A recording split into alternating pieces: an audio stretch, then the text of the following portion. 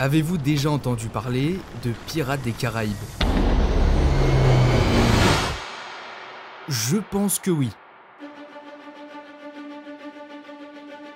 Il fut un temps, pas si lointain, où les pirates n'étaient que des personnages poussiéreux coincés entre les pages des vieux manuels d'histoire ou des romans d'aventure oubliés sur les étagères des bibliothèques. Des types sales, violents, avec une jambe en bois, un perroquet de mer, et zéro sex appeal. Faut savoir qu'avant 2003, la mode des pirates était considérée comme morte, et ça depuis bien longtemps. Le dernier grand film sur le genre était sorti en 1995 et s'appelait L'île aux pirates. Et c'est simple, ça a été un désastre financier monumental, ce qui avait d'ailleurs totalement refroidi les autres studios à l'époque. Et c'est là que Disney débarque, et de la manière la plus inattendue possible. Ils veulent adapter au cinéma non pas une saga littéraire, non pas une histoire réelle de l'époque, mais bien une des attractions les plus célèbres de leur parc, nommée Pirates des Caraïbes. Michael Eisner, PDG de Disney à l'époque, voulait transformer les attractions emblématiques des parcs en films, dans l'idée de créer des franchises nouvelles. Et Pirates of the Caribbean était l'une des attractions les plus aimées et emblématiques de Disneyland. Donc, il ne lui en fallait pas plus pour démarrer un projet autour de ça. Le problème, c'est qu'au-delà du fait que le genre est mort et enterré, les pirates, c'est pas non plus un sujet qu'on peut traiter à la légère. Sauf que ça arrange pas trop Disney, parce que faire un film de pirates classique et sérieux, c'est pas le truc qui va attirer grand monde, et surtout, c'est pas le truc qui va attirer les gosses, qui étaient les cibles principales de Disney. En plus, les pirates, faut pas oublier qu'à la base, ça reste de gros enfoirés, des pillards, des violeurs, des meurtriers, et j'en passe. C'est pour ces raisons que ça a pris une dizaine d'années avant d'avoir un bon scénario. Il fallait trouver les éléments parfaits pour faire un film génial, faire en sorte que Disney soit pas casse-couille, et qu'évidemment, on respecte fidèlement l'ère de la piraterie. Heureusement, Jerry Bruckheimer, producteur connu notamment pour Bad Boys, Armageddon ou même Top Gun, lui, il a l'œil. Il lit le scénario de Ted Elliott et Terry Rossio, deux auteurs qui avaient déjà proposé un script de pirate à Steven Spielberg dans les années 90, qui évidemment avait été refusé bien sûr, mais ensemble, ils ont une idée de génie, mélanger piraterie et surnaturel. Et vous savez quoi? Ça n'a pas du tout rassuré Disney, même si le film a malgré tout commencé à être mis en place.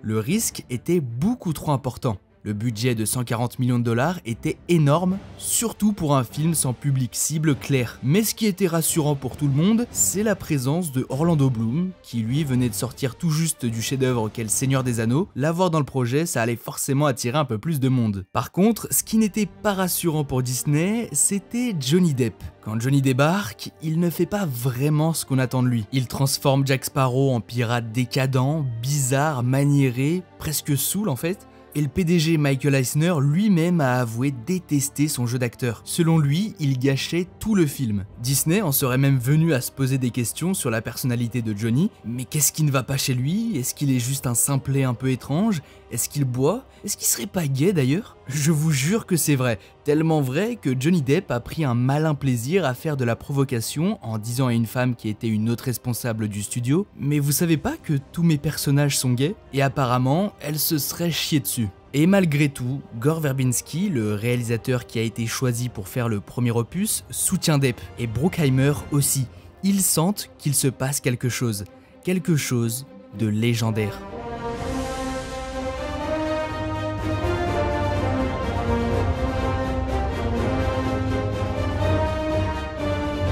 Le pirate devient rockstar et surtout le pirate devient Jack Sparrow. Dès lors, l'imaginaire collectif change radicalement. On pense plus au gars aux dents pourries avec une jambe de bois et un perroquet sur l'épaule qui navigue sur un vieux bateau. On pense à des boussoles qui ne pointent nulle part, à des navires fantômes, à des squelettes vivants et à un capitaine qui titube entre le génie et la folie.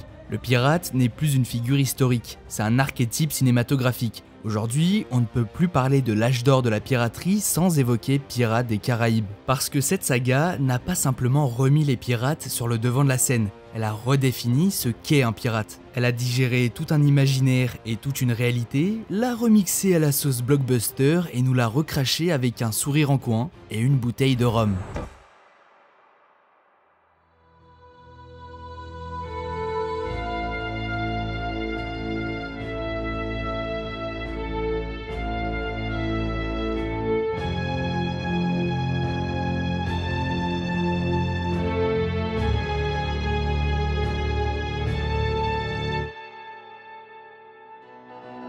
Ce qui est remarquable avec le premier opus de cette saga, en dehors du fait qu'il a donné naissance à 2 suites absolument extraordinaires, c'est qu'on dirait tout sauf un film Disney. C'est sombre, c'est violent, la majorité des personnages sont des connards cupides, souvent ivres morts et pas des gentils héros lissés pour faire la morale et dire que la piraterie c'est pas si bien que ça. C'est d'ailleurs ce qu'on aurait pu penser du personnage de Will Turner aux premiers abords. Le garçon modèle, droit, sérieux, un peu coincé, élevé dans la haine des pirates, et puis le film le pousse à découvrir un héritage qu'il ignorait, à plonger dans un monde qui le fascine autant qu'il le dégoûte. Et au lieu de rejeter ce monde, il finit par l'embrasser à sa façon. Ce qui, d'une certaine manière, est un peu le parcours que va suivre Elizabeth Swann également, parce que c'est ça, Pirates des Caraïbes. Personne n'est tout blanc ou tout noir, tout le monde ment, triche, trahit, change d'avis, et c'est précisément ce qui les rend humains. À aucun moment, on ne sent la main gantée de Mickey venir adoucir les angles. On est dans un univers rude, parfois cruel, souvent grotesque, mais toujours passionnant. La malédiction du Black Pearl, c'est un film de studio qui ne ressemble pas à un film de studio. Il transpire une liberté de ton qui semble aujourd'hui quasi disparue dans les grosses machines hollywoodiennes, bien qu'on essaye très souvent d'en imiter l'énergie, mais sans la folie, sans l'audace et sans ce grain de sel qui fait toute la différence. Et dans ce joyeux chaos émerge un homme, Jack Sparrow. Il n'est pas le héros, il n'est pas noble, il n'est même pas fiable, c'est un tricheur, un fuyard, un menteur pathologique, et pourtant, c'est lui qu'on suit, c'est lui qu'on aime. Parce que Johnny Depp dans ce rôle redéfinit le mot charisme. Une démarche de crabe ivre, des gestes maniérés dignes d'un acteur de théâtre en fin de course, un regard perpétuellement perdu dans un horizon qui n'existe pas, et pourtant une présence magnétique. Et quand tu le vois pour la première fois, tu comprends que dans cet univers, les pirates ne seront pas de simples clichés sur pattes. Tu pensais suivre un dangereux psychopathe sérieux et sûr de lui qui doit sûrement botter des culs en naviguant sur les mers, et puis avec un simple cut, tu changes d'avis en te disant que ça sera pas totalement vrai, tout comme le fait que ça sera pas totalement faux. Tu te doutes que tu vas faire face à un bouffon, mais ce bouffon, il assume totalement en étreint. C'est pas un débile malgré lui. Et ça, c'est représentatif de toute la tonalité humoristique qui sera intégrée dans cette saga. Les blagues ne sont pas tout le temps là pour faire rire, mais aussi pour souligner la folie et l'absurdité de ces personnages. Ce qui, d'un certain point de vue, peut rendre cet humour beaucoup plus sombre et sérieux qu'il n'y paraît. Après, bien sûr, il y a de l'humour gratuit et sans plus-value.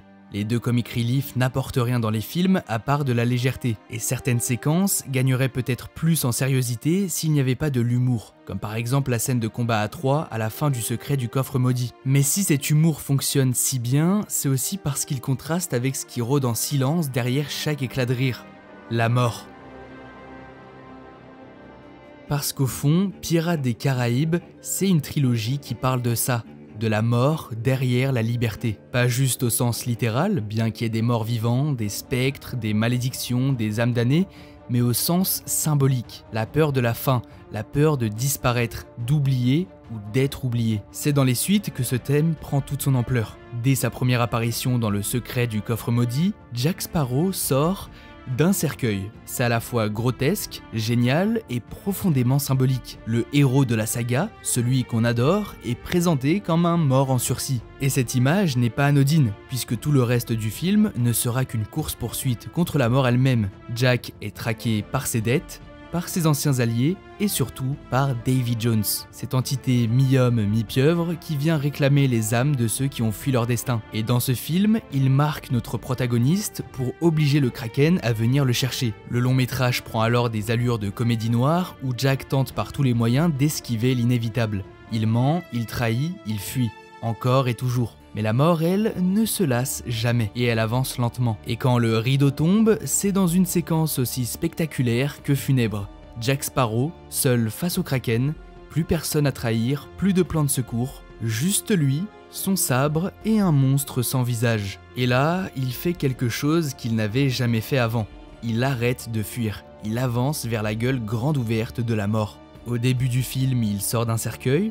À la fin, il entre dans un tombeau vivant. Le premier plan et le dernier se répondent, comme un cycle, comme un destin accompli. Et c'est comme ça que l'humour prend une autre dimension. Parce qu'en réalité, Jack ne plaisante pas pour être drôle.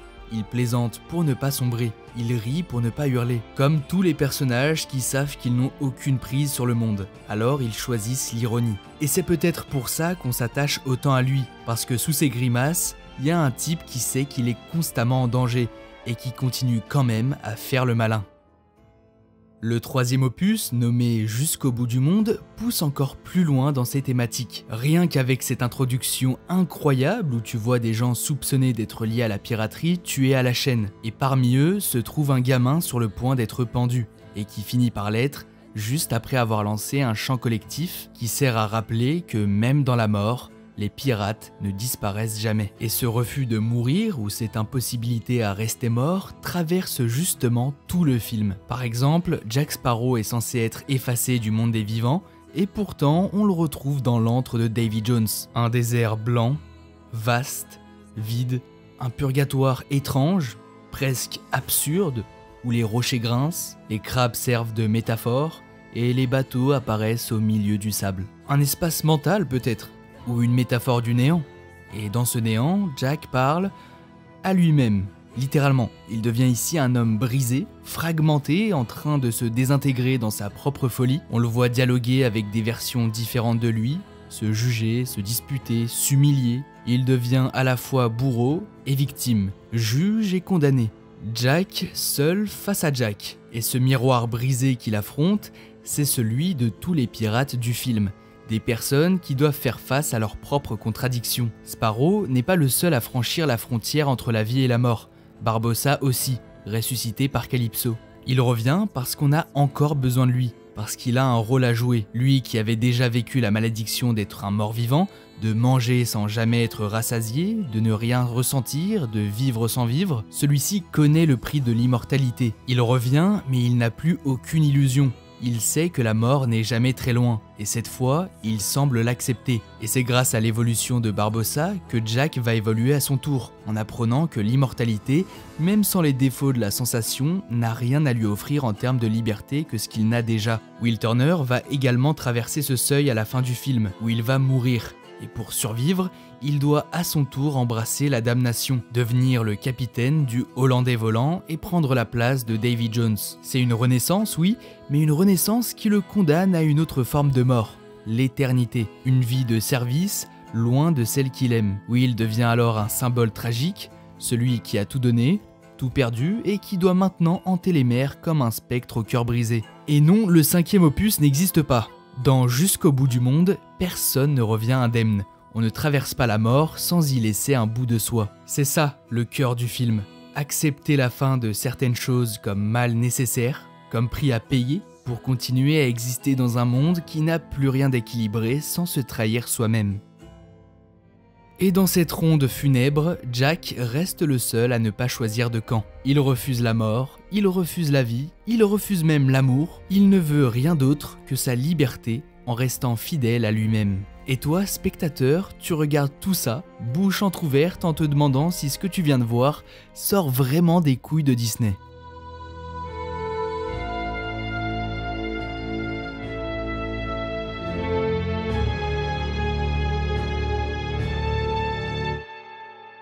Ce qui me passionne dans les histoires comme Le Seigneur des Anneaux, Harry Potter, Star Wars, etc., c'est le fait que derrière chaque livre, chaque film, chaque jeu se cache tout un univers, toute une mythologie. Et la trilogie Pirates des Caraïbes ne fait pas exception à ça. Déjà, elle base tout son lore sur l'imaginaire collectif qu'on se fait de la piraterie. Des marins qui mènent leur vie comme des corsaires, ceux qui sont armés et autorisés par un gouvernement à attaquer les navires ennemis, sauf que là, c'est fait illégalement en pratiquant le vol en mer hors de toute autorité. On retrouve beaucoup d'inspiration venant des romans du 19e siècle, comme L'île au trésor de Stevenson, qui ont façonné la mythologie pirate avec les fameux trésors enterrés avec une carte, le capitaine charismatique et dangereux avec crochet, jambes de bois, perroquet et œil crevé, qui mène une vie de liberté sur les mers. Cette vision romantique a ensuite été amplifiée par les films hollywoodiens des années 40-50, où le pirate devenait un rebelle noble, presque chevaleresque, en lutte contre des empires corrompus. Sauf que contrairement aux représentations classiques, Pirates des Caraïbes fait du fantastique le moteur de son monde. Dès le premier film, le ton est donné avec les pirates morts-vivants du Black Pearl, condamnés à errer entre la vie et la mort pour avoir volé un trésor aztèque maudit qui les prive de toute sensation. Ce trésor est d'ailleurs inspiré de mythes réels autour des richesses précolombiennes et de leur malédiction suite à la profanation par les colons. Ce qui est aussi un élément narratif qu'on retrouve dans le jeu Uncharted 1, où on passe d'une simple chasse au trésor à une tentative de sauver le monde, supplément gunfight avec des zombies. Et c'est plutôt intéressant de voir que certains éléments mythologiques prennent vie dans cet univers, qui n'est d'ailleurs jamais réellement daté. Tu comprends que c'est l'âge d'or de la piraterie, mais c'est comme dans Game of Thrones où tu comprends que ça se déroule à une époque médiévale, mais c'est pas pour autant que ce monde fonctionne ou va fonctionner comme le nôtre. Ce qui du coup permet aux spectateurs de s'imaginer tout et n'importe quoi au niveau du lore. Comme par exemple se dire que peut-être les dieux de l'Olympe existent au même moment, les dieux nordiques aussi, etc. etc. D'ailleurs, il y a plein de références à la mythologie grecque. On parle du fameux cheval de Troie, du trident de Poséidon, et évidemment, il y a la présence du personnage de Calypso.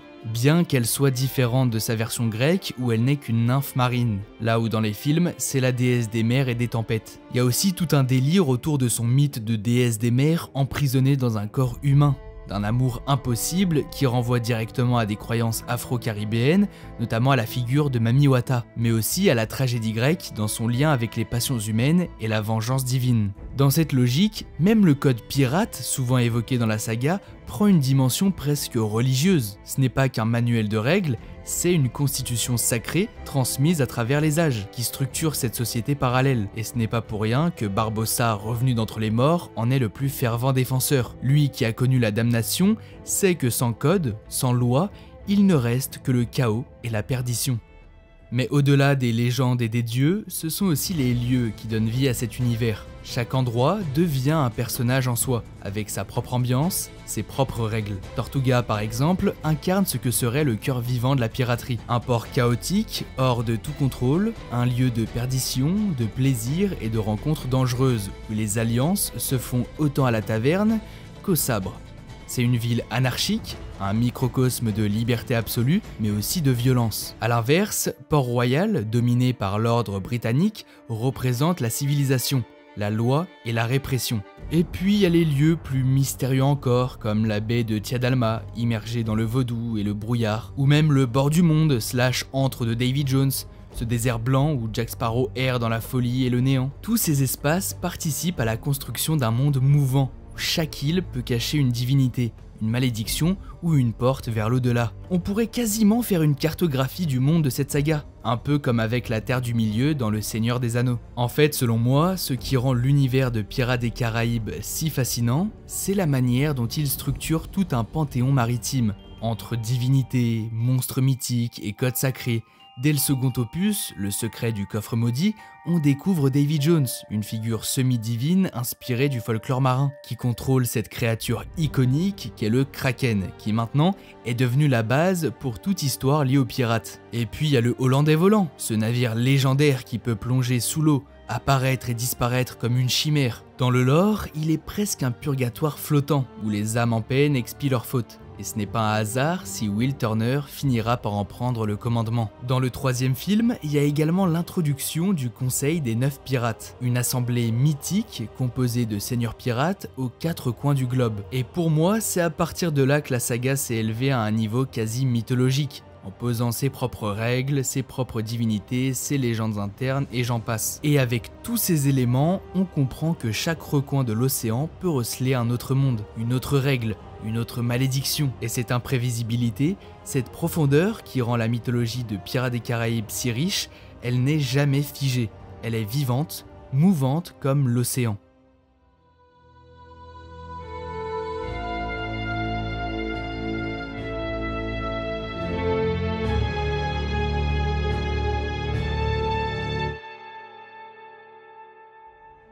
Comment un tel univers aurait-il pu prendre vie s'il n'y avait eu personne pour le raconter, et surtout, personne pour le mettre en scène? Parce que la mise en scène, c'est le plus important. C'est ce qui transforme un script en expérience, un décor en monde et une idée en voyage. Si je vous parle de Pirates des Caraïbes aujourd'hui, ce n'est pas seulement pour décortiquer son lore ou ses mythes, c'est pour une raison plus intime, C'est cette saga qui a, je crois, déclenché en moi ma passion du cinéma, ou plus précisément ma passion de créer du cinéma. Quand j'ai vu ces films, je ne voyais pas juste un divertissement à gros budget, je voyais des plans magnifiques, des décors construits de toutes pièces, des costumes précis et vivants, des effets spéciaux maîtrisés, et je me disais « Putain, ils ont dû se faire chier à faire tout ça autant qu'ils ont dû kiffer ». Et c'est là que, selon moi, réside la magie du cinéma. Ce qu'il faut comprendre, c'est que Pirates des Caraïbes, ce n'est pas un monde en carton-pâte tourné intégralement sur fond vert. C'est un monde, la plupart du temps, tangible, palpable, un monde qu'on pourrait presque sentir sous nos doigts. Les bateaux, ils existent vraiment.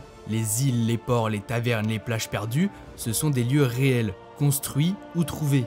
La lumière qui frappe les voiles ou les vagues n'est pas entièrement numérique. Elle existe, elle a été capturée par une caméra, pas simulée sur un ordinateur. Et même lorsque les images de synthèse interviennent, et elles le font souvent, il ne faut pas l'oublier, elles ne viennent pas remplacer la réalité. Elles viennent l'amplifier, l'enjoliver, lui donner un souffle plus grand que nature. C'est ça qui rend cette trilogie si immersive. Elle a une texture, un grain, une matière. Elle donne l'impression qu'on peut toucher ce monde, qu'on peut marcher sur les ponts du Black Pearl ou s'asseoir dans une taverne de Tortuga. Et c'est cette authenticité qui fait toute la différence. Dans un monde où beaucoup de blockbusters modernes ressemblent à des fonds d'écran en 3D, Pirates des Caraïbes reste un exemple de ce que peut être un film d'aventure ancré dans le concret. Et pourtant, baigné de fantastique.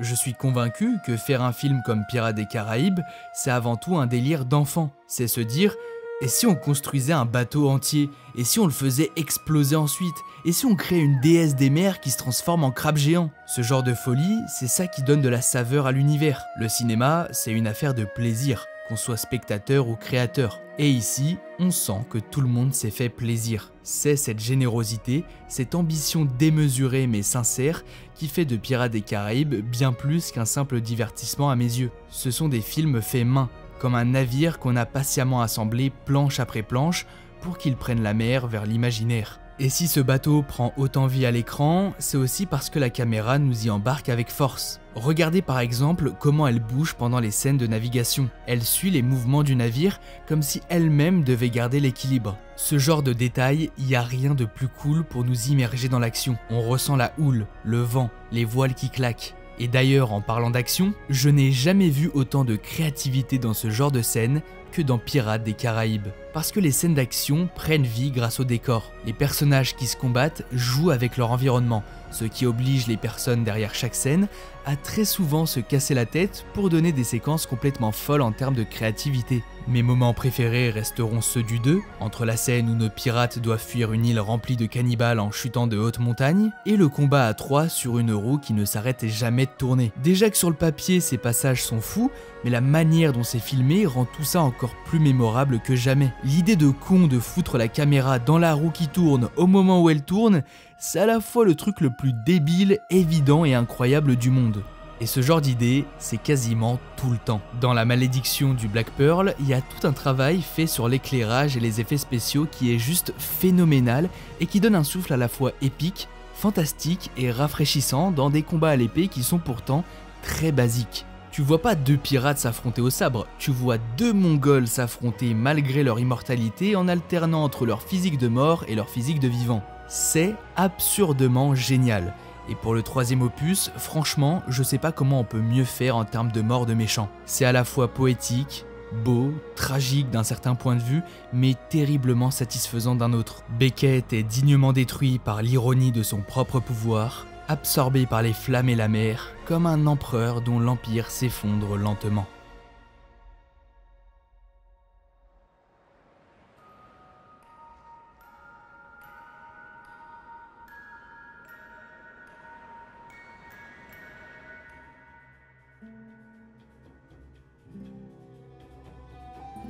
Il faut savoir que Pirates des Caraïbes 3 jusqu'au bout du monde a été une catastrophe au niveau de sa conception à cause du fait que Disney a imposé au réalisateur Gore Verbinski de sortir au plus vite une trilogie après le succès du premier opus. Résultat, Pirates des Caraïbes 2 et 3 ont dû être tournés simultanément, sachant que le scénario du 3 n'était pas du tout terminé. Donc autant vous dire que ça a été un challenge pour tout le monde. Heureusement, grâce à un travail acharné, Verbinski réussit tout de même à pondre quelque chose dans les temps. Qui plus est, est tout bonnement une masterclass. Et ça c'est cool, parce qu'on a de quoi se satisfaire d'un bon film. Le problème c'est qu'après ça, Disney ils se sont dit qu'ils allaient faire pareil pour les années à venir. Et pas que avec Pirates des Caraïbes, Star Wars, Marvel, tout le toin-toin habituel pour nous aujourd'hui quoi. Des projets rushés comme jamais, ce qui du coup donne très souvent des films médiocres, avec des scénarios bâclés et des effets spéciaux tout simplement pas terminés. Et c'est quand même con parce que, d'une certaine manière, si tous les films qu'on a aujourd'hui sont comme ça, c'est parce que Pirates des Caraïbes 3 a été plutôt bon en termes de critiques et de revenus générés. Alors je tiens quand même à prévenir que ce n'est pas le premier film à être rushé de cette manière, ça arrive même assez souvent, mais à cette échelle-là, c'était rare. Et le succès que ça a eu derrière, ça a sans doute conforté Disney et d'autres dans l'idée que le calendrier et le marketing primaient parfois sur la cohérence artistique. Et c'est dommage de penser comme ça, parce que ça nous aurait évité d'avoir des The Flash, des Justice League, des Spider-Man No Way Home, des Star Wars 9, des Pirates des Caraïbes 4 et 5... Et merde. Bon, je vais pas trop m'attarder dessus parce que c'est pas le sujet de la vidéo, mais en effet, il faut croire que d'après certaines rumeurs, il y aurait eu un Pirates des Caraïbes 4 appelé La Fontaine de Jouvence et un 5 nommé La Vengeance de Salazar. Apparemment, ça serait des films médiocres, médiocre qui est un gentil mot pour dire que ce sont des grosses merdes infâmes finies à la pisse. Et c'est simple, ces deux films, ce sont l'inverse des 20 dernières minutes de ma vidéo. Des fonds verts dégueulasses à tout bout de champ, des personnages inintéressants au possible dont la débilité de certains serait équivalente à celle d'un membre de la team Nasdaq, des scénarios vides, des visuels sans âme, des mises en scène qui essayent d'imiter les précédents opus mais de manière tellement nulle que ça a peut-être été fait exprès juste pour qu'on dise que c'est pas pareil, et surtout, un Jack Sparrow complètement pressé jusqu'à la dernière goutte, au point où on ne reconnaît même plus notre capitaine qui n'est devenu qu'une horrible parodie de lui-même. D'ailleurs, dans le 5, il fait son retour pour aider le fils de Will Turner et Elizabeth Swann, qui maintenant a à peu près la vingtaine. Ce qui veut dire que Jack Sparrow a à la fois collaboré avec le père Turner, le fils Turner et le petit-fils Turner. Ce qui n'a aucun putain de sens. Le gars devrait au moins avoir 70 ans. Laissez-le partir en paix. La fin du 3 était une conclusion parfaite pour ce personnage. Pourquoi avoir tout gâché pour des suites qui ne le font plus du tout évoluer? Je vais pas non plus parler des nombreuses incohérences qu'on retrouve dans ces derniers volets, c'est tellement débile que j'ai envie de m'arracher les cheveux rien qu'en y repensant, mais j'aimerais quand même faire un petit aparté sur cette scène de Pirates des Caraïbes 4 où un personnage dont je ne me rappelle même plus le nom, où j'ai même pas fait l'effort de le chercher sur internet pour les besoins de cette vidéo. D'ailleurs, je suis même pas sûr qu'il l'ait dit à un moment, enfin bref, ce sombre inconnu qui dans une scène émouvante comme jamais vient donner un nom à cette fille elle aussi inconnue dont il est tombé amoureux alors qu'elle fait partie d'un peuple de grosses putes qui cherchent juste à buter des gens, j'ai nommé les sirènes. Et devinez comment il l'appelle, attention, grand moment de cinéma. Amenez cette créature, couvrez-lui la tête. Elle a un prénom. Peut-on savoir?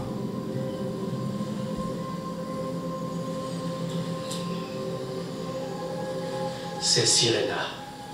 Oh, c'est tellement de la merde. Et la pire chose qu'a apporté ces nouveaux films, c'est qu'en plus de ruiner les anciens, ils empêchent la possibilité de faire des suites. Et pas juste parce que ce sont des films de merde ou que Johnny Depp ne veut plus revenir dans le rôle, mais parce que toute la finalité de La Vengeance de Salazar, c'est que nos protagonistes ont trouvé un moyen de faire disparaître toutes les malédictions du monde. Ce qui veut dire plus de Will Turner dans le Hollandais volant, plus de pirates zombies, plus de Black Pearl, parce que ce qui donne à ce navire une si grande vitesse et une apparence fantomatique, c'est dû à une malédiction créée par Davy Jones. Davy Jones qui lui-même n'est donc pas mort, puisque c'est une malédiction qui l'a tué. Et pour tout le reste qu'on n'a jamais vu, et bah on ne le verra jamais. Même s'il y a un Pirates des Caraïbes 6 qui voit le jour, il ne pourra plus exploiter le lore établi par les 4 premiers films, parce que le 5e a choisi de ruiner l'aspect fantastique de cet univers en faisant disparaître tout ce qui aurait pu nous faire rêver ou cauchemarder dans un futur proche.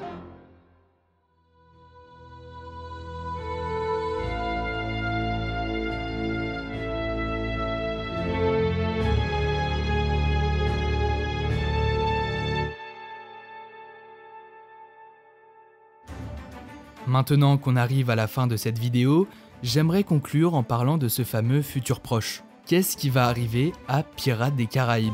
Eh bah, j'en sais trop rien. Pour l'instant, tout n'est qu'à un stade de rumeur, donc je ne vais pas vous lancer sur des fausses pistes et vous faire espérer en vous disant qu'on verra Margot Robbie à la place de Jack Sparrow. J'en sais foutrement rien, et il faudra attendre pour le savoir. Mais ce que je sais en revanche, c'est qu'on n'a pas besoin d'attendre l'avenir pour savoir que Pirates des Caraïbes a déjà marqué l'histoire du cinéma. Peu importe ce qui viendra ensuite, la première trilogie, elle est là, et parfaitement intacte. Et ça, personne ne pourra jamais nous l'enlever. Elle existe comme un trésor inestimable au fond de l'océan de blockbusters modernes, un mythe cinématographique à part entière forgé par l'audace, l'imaginaire et un amour sincère pour l'aventure. On y a cru, on a tremblé, on a ri, on a rêvé, et aujourd'hui encore, rien qu'en repensant à l'orgue funèbre de Davy Jones, les entrées légendaires de Jack Sparrow et à tous les plans en bateau naviguant sur la mer, on se dit que la magie a bel et bien existé.